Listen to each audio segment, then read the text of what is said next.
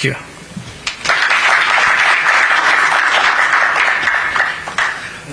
Asante sana Daktari Macharia.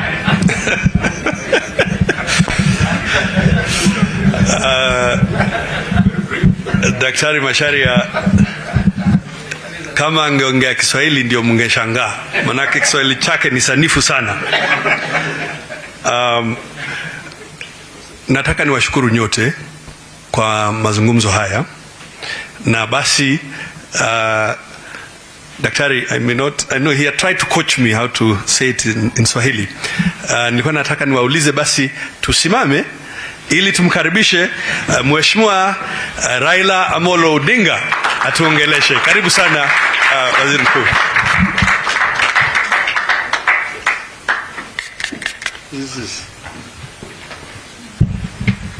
Now, be seated. Now, I really don't know where to start here.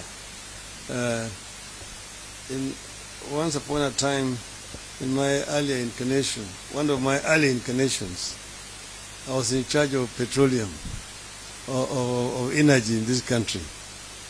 So I've been listening to those who have talked here before. I've seen Wanjiku, not our usual constitution Wanjiku, talk, and she was talking a completely different language from the other, another language completely, when he was telling us about his experience in the village in Kirinyaga. And then now we hear the KPC talking another different language. Somebody is telling you that I'm so full up. I've eaten too much that I'm almost bursting with food. And somebody out there saying I'm starving. There's no food here. Is it the same world, the same country? But we all know the cause of what we are going through here. It's a global issue, as you know. Caused, you can say, artificially. In my view, because of a war that did not have to happen.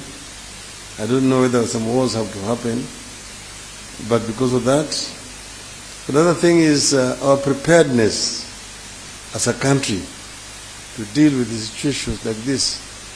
Because you must know that this kind of situation will always be happening in the future. So a country must all the time be prepared for any kind of emergencies. When I was a Prime Minister, I constituted a task force on the petroleum industry. And the guy who was chairing it is with us here, Mr. Elisha Kasuku. That Mr. Kasuku. And they dealt with a number of issues. One is ullage allocation and operational issues. The other one was taxes. The other one was petroleum products pricing control. Another one was storage and strategic reserve. Another one was quality control. And the sixth one was licensing of marketers and operators. So this is, they dealt in detail about these issues about the importation, storage, and distribution of petroleum products in the country, so that the customer or the consumer does not have to suffer unnecessarily because of issues that have been artificially caused here. The issue of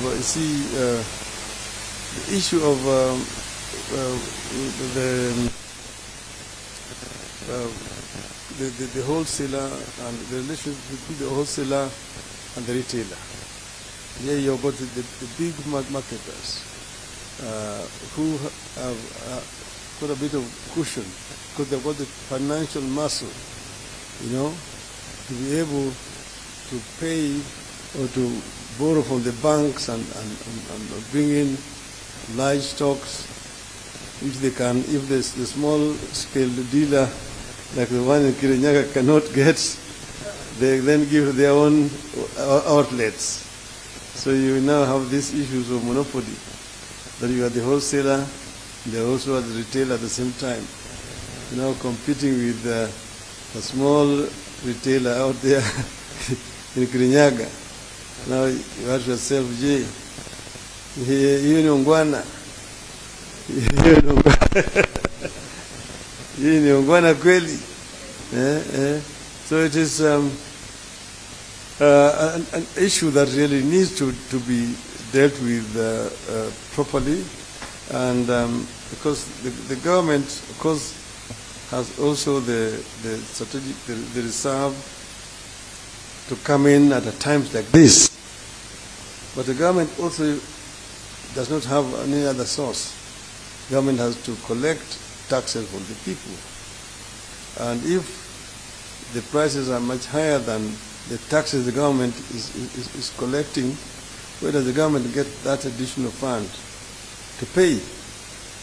So this is an issue that requires a much more extensive national discussions, that we come up truly with a solution, so that we deal with these issues, not like an emergency, that we are responding to an emergency, but we have a proper roadmap on how we deal with these issues even in the future. I think this would be my proposal, that we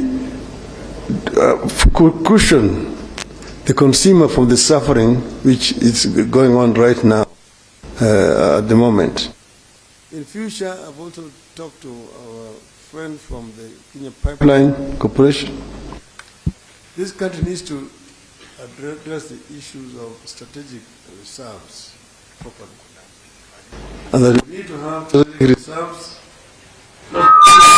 at the port but inland. Because as you know, an enemy can just come and go down to Mombasa and bomb your reserve there at the port. The country will be completely paralyzed. Then they will just march into you the way Russia has marched into Ukraine. There's nothing you can do because you have no fuel. All your tanks cannot move. So we need to do this as a matter of agency, to begin to put up strategic reserves across the country in places where they are not vulnerable, so that we are not taken by surprise in future. I'm happy that at least the government has now responded temporarily, and that is going to help to ease the suffering of our people for now.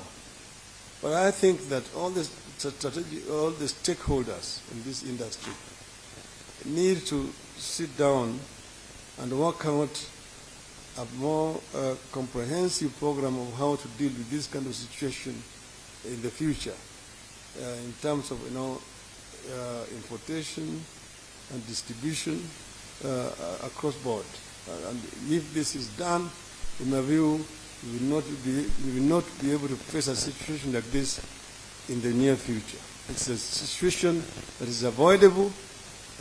It can be done, and it can only be done with cooperation among all the stakeholders across this supply chain. Thank you very much. Thanks,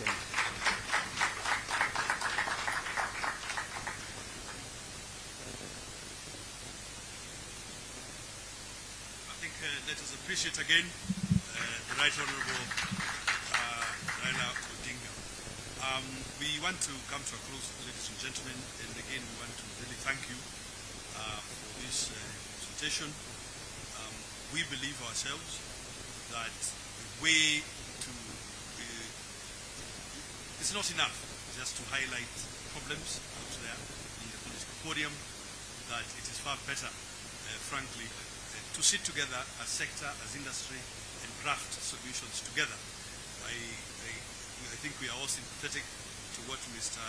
Shomba did say, that the selling price is fixed, but what they are buying us at is no longer fixed, and that therefore their margins have been squeezed to the point that they are closing, and therefore I think that this is an immediate